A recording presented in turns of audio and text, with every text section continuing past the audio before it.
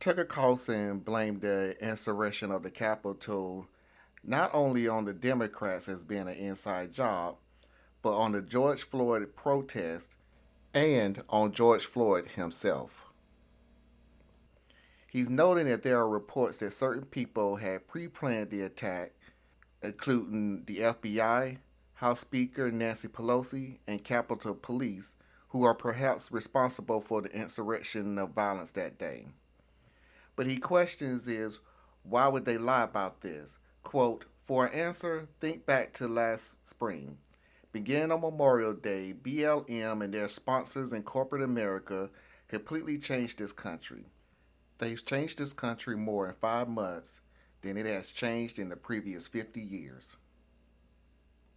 How did they do that? They used the sad death of a man called George Floyd to upend our society. Months later, we learned that the story they told of us about George Floyd's death was an utter lie. Tucker Carlson continues with, there was no physical evidence that George Floyd was murdered. The autopsy shows that George Floyd almost certainly died of a drug overdose of fentanyl. Tucker Carlson finished his broadcast by saying, but by that point, the facts doesn't matter. Cities have been destroyed, along with the fabric of the country itself. Scores of people have been killed. Democratic partisans use a carefully cohorted myth, a lie, to bum rush America into overturning the old order and handing them so much more power. It worked flawlessly, so why wouldn't they do it again? Listen here, you low-life piece of you white supremacy son of a you no good white privilege.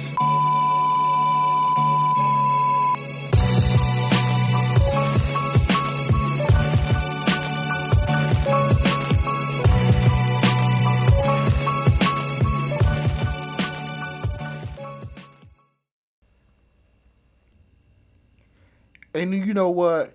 One more thing, you lying mother.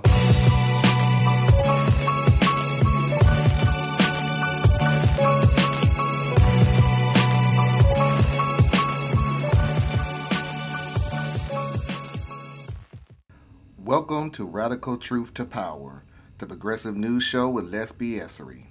Radical Truth to Power is the everyday black man's perspective on the world of progressive politics, national and world events, and general life itself. My name is Marlon, and today we'll be discussing the unknown history of slavery in America. If you like my content, please don't forget to subscribe to the show, leave a review. You can follow me on Instagram, Twitter, or our Facebook page. You can also follow me on YouTube under Radical Truth to Power. And if so, please don't forget to subscribe, leave a comment, and give a lights up. Give a thumbs up, sorry. You can also email me at radtp@outlook.com. That's radtp@outlook.com. We have a lot to cover today, so let's get started. We all know the story of Francis Scott Key. He is author of the American national anthem, the Star-Spangled Banner. We also know that he wrote it in 1812 during the War of 1812. What you may not know is that Francis Scott Key was a wealthy slave owner and a back to Africa colonizationist. What the story tells you is he witnessed the 25 hours of the bombing of Fort McHenry in Baltimore. And after seeing the White House burn, Key was so moved that he wrote the national anthem. However, he was moved by something else. He was moved for the fact that he was seeing enslaved black people fighting alongside of the British. So moved for the fact that he wrote a third verse of the Star-Spangled Banner. The third verse goes, no refuge could save the hinderling and the slaves from the terror of flight or the gloom of the grave. And the Star-Spangled Banner in triumph thus wave o'er the land of the free and the home of the brave. So you see, in Francis Scott Key's eyes, when he says land of the free, he is viewing this new nation as slave owning republic of free white men, not all men. Let's move on to the beginning. According to the Transatlantic Slave Trade Database, 12.5 million African American people were forcibly separated from their family and taken to America and enslaved between 1525 and 1866. However, what is not told is of those African Americans, only 10.7 million managed to live through the horrific journey known as the Middle Passage. What is also not widely known is America was not the epicenter of slavery. That would be Brazil. So it was an estimated 4.86 million enslaved people was taken to Brazil. In comparison, only 450,000 African Americans was transferred to and enslaved in the United States. Now, in 1777, Vermont became the first state in the North to abolish slavery after the U.S. liberated itself from Britain. 27 years later, all the northern states vowed to abolish slavery, but it continued to be practiced in the North for years. That's because the northern states implemented legislation that made abolishing gradual rather than immediate. For an example, Philadelphia passed its Act for Gradual Abolishment of Slavery in 1780. In 1750, hundreds of black people in Philadelphia continued to live in bondages just more than a decade before the Civil War began in 1861. In 1807, U.S. Congress passed a law banning the importation of enslaved African American people, a legislation that was similar to what Great Britain did the same year.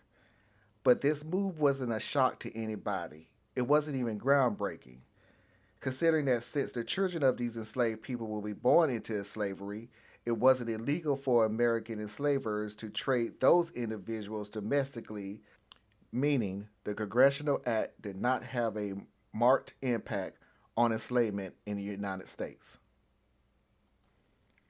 Now, I'm not going to spend very much time on the physical toll and labor and the physical abuse of the Negroes in America during slavery. But I do want to address one act that slave owners used to do that's not really talked about too much in history books, and that is the breeding of vicious dogs solely to track, attack, and capture runaway slaves. See, these dogs was called Negro dogs, and they were strong, aggressive breeds like bloodhounds and bulldogs, which could tear a man to pieces. In fact, slave owners used to allow the dogs to viciously maul captured slaves. However, they subdued the dog right before it killed them. These infamous Negro dogs was called Dingo Cabanos. The dogs was a breed by crossing a Spanish war dog with the English Muffet scent hound. Unsurprisingly, the dogs went extinct after slavery was abolished in Cuba.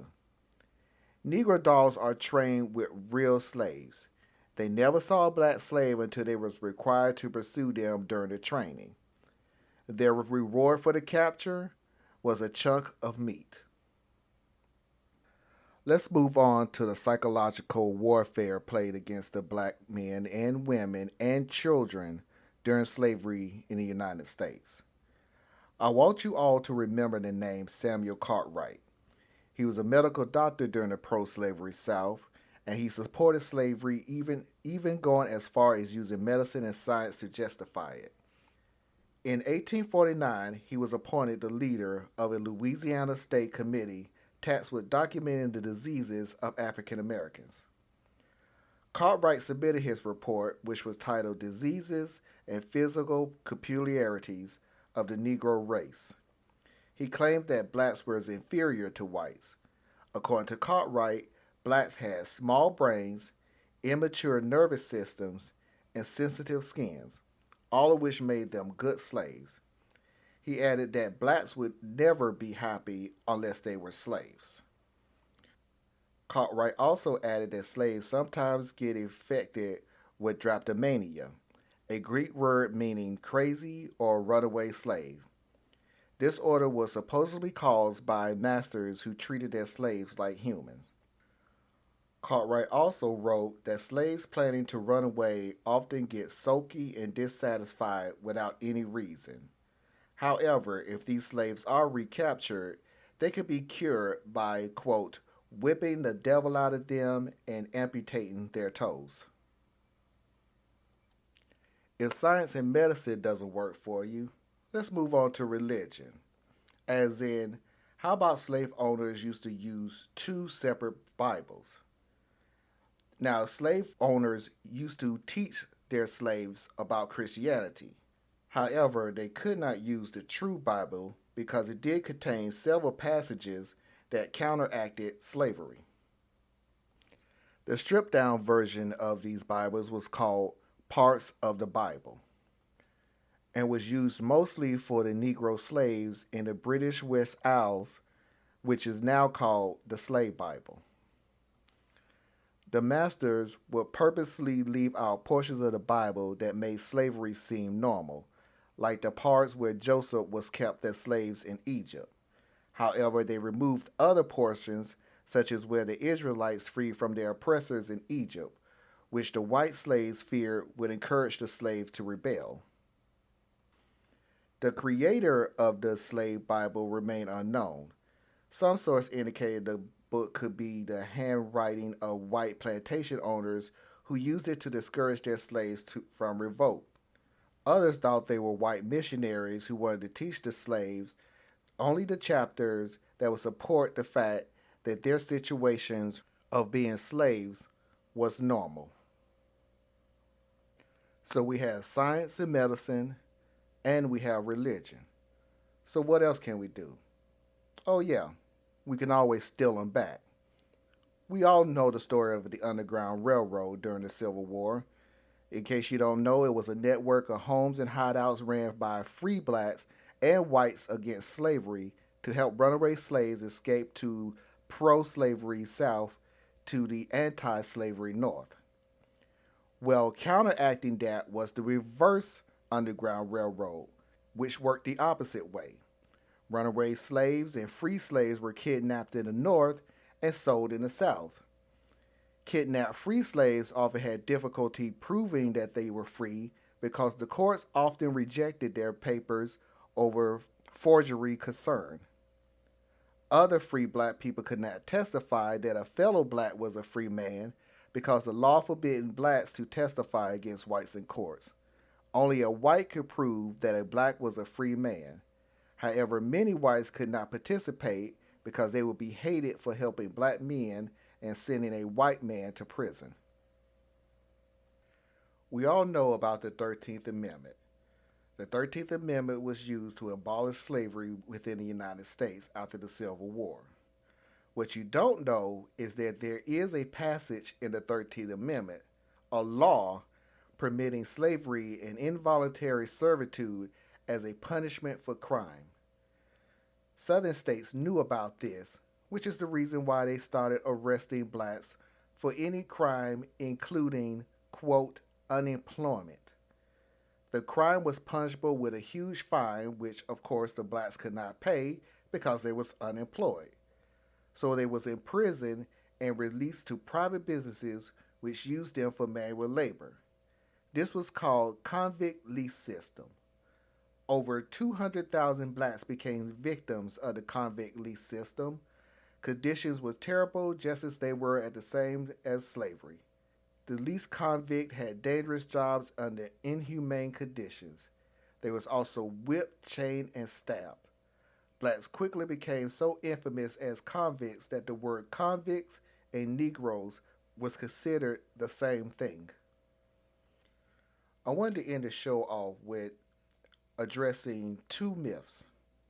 Let's start with the first myth. All Southerners owned slavery.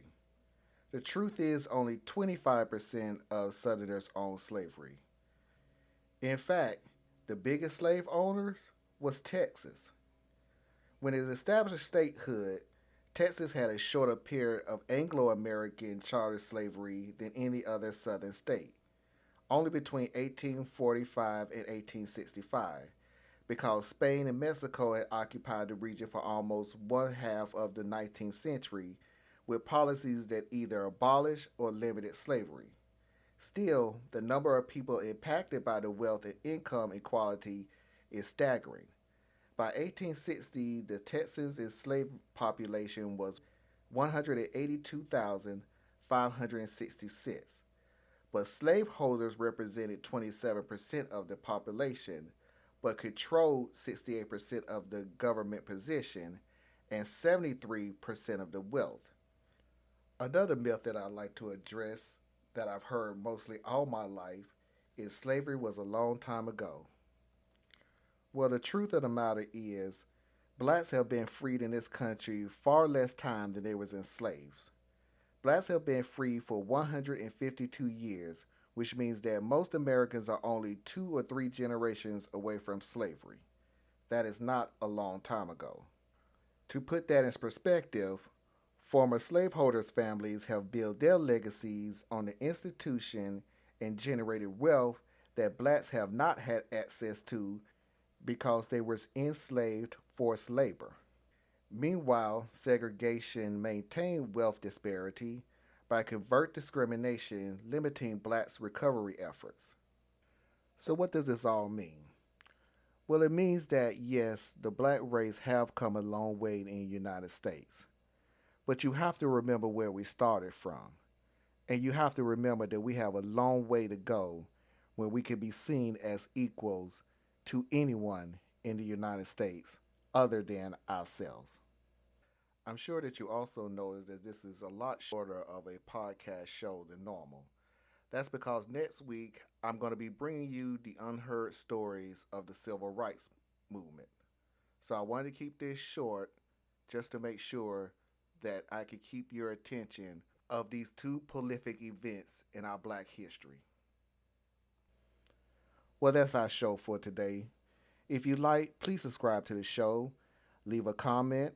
You can follow us on Instagram, Twitter, or our Facebook page by the same name. You can also follow me on YouTube under the same name, Radical Truth to Power. If you are, please give a thumbs up, like, and subscribe. You can email me at radtp@outlook.com. That's radtp@outlook.com. And until next time, I'll see you when I see you. Peace.